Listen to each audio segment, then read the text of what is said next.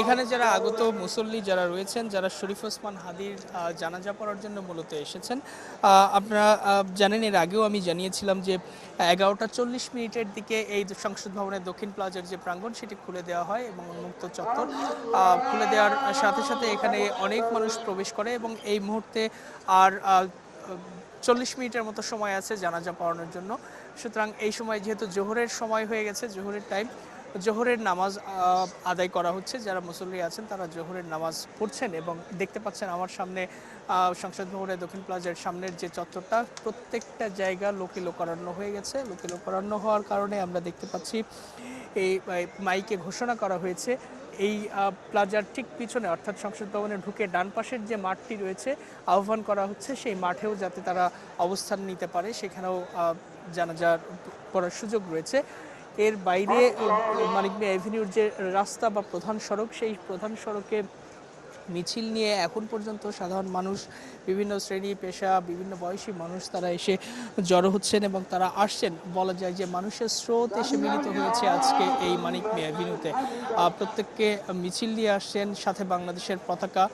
অনেকে শরীফ ওসমান হাদি শহীদ হওয়ার পর তার আদর্শ, চিন্তা, চেতনা বিভিন্নভাবে তারা জানছেন, দেখছেন, তারাও আজকে এসে সামিল হয়েছেন এই জানাজার নামাজে। এবং এখন পর্যন্ত যেহেতু 40 মিনিট সময় বাকি রয়েছে, আমরা ধারণা করছি মানুষের যে পরিমাণ স্রোত এসে এখানে মিলছে, তাতে মানিক মিয়া এভিনিউর যে রাস্তাটা, এটি বেশ বড় এবং প্রশস্ত রাস্তা, আপনি জানেন।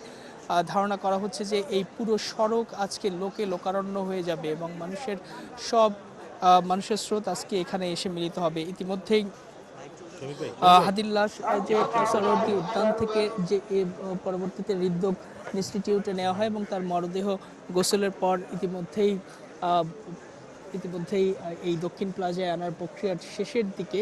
এবং আমরা দেখতে পাচ্ছি যে সরকারের যে গুরুত্বপূর্ণ ব্যক্তিরা যারা, তারা ইতিমধ্যেই আসতে শুরু করেছে এবং আজকের এই জানাজায় প্রধান উপদেষ্টা সহ সরকারের গুরুত্বপূর্ণ বিভিন্ন রাজনৈতিক দল, অন্যান্য সামাজিক সাংস্কৃতিক সংগঠনের যারা সদস্য রয়েছে, জুলাই যোদ্ধা যারা রয়েছে, তারাও এখানে এসে জড়ো হয়েছে বা জড়ো হচ্ছেন এখন পর্যন্ত। এবং আজকের এই জানাজার নামাজটি পড়াবেন তার বড় ভাই শরীফ ওসমান হাদির বড় ভাই আবু বকর সিদ্দিক। এবং এই জানাজা শেষে তাকে মিছিল নিয়ে ঢাকা বিশ্ববিদ্যালয়ের কেন্দ্রীয় মসজিদে নেওয়া হবে এবং সেখানে আরেকটি জানাজা হওয়ার কথা রয়েছে। সেটি হওয়ার পরে জাতীয় কবি কাজী নজরুল ইসলামের যে কবর রয়েছে কেন্দ্রীয় মসজিদের পাশে ঢাকা বিশ্ববিদ্যালয়, সেখানেই তাকে দাফন করা হবে।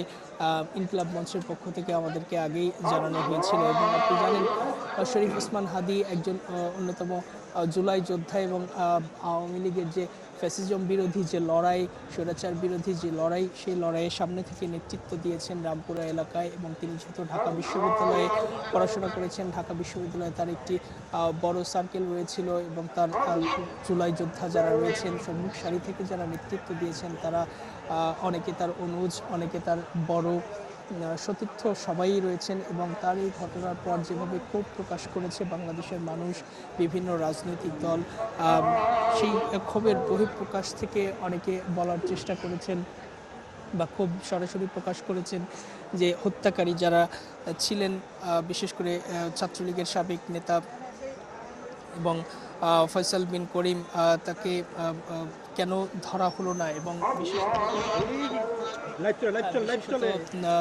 এই ফয়সাল করিমকে এর আগে কয়েকটি মামলায় কিন্তু আটক করা হয়েছিল এবং তাকে দ্রুততম সময়ের মধ্যে কীভাবে তিনি সেই কারাগার থেকে বের হলেন, জামিন পেলেন, সেটি নিয়ে প্রশ্নবিদ্ধ করা হয়েছে আইন উপদেষ্টা আসিফ নজরুলকে। এবং শুক্রবার গত শুক্রবারে যখন শরীফ ওসমান হাদিকে গুলিবিদ্ধ করা হয়, এর আগে থেকেই কিন্তু শরীফ ওসমান হাদি বলার চেষ্টা করেছিলেন যে, এর আগে ফেসবুকেও বলেছিলেন তিনি যে তাকে হত্যার প্রকাশ্য হুমকি দেওয়া হয়েছিল।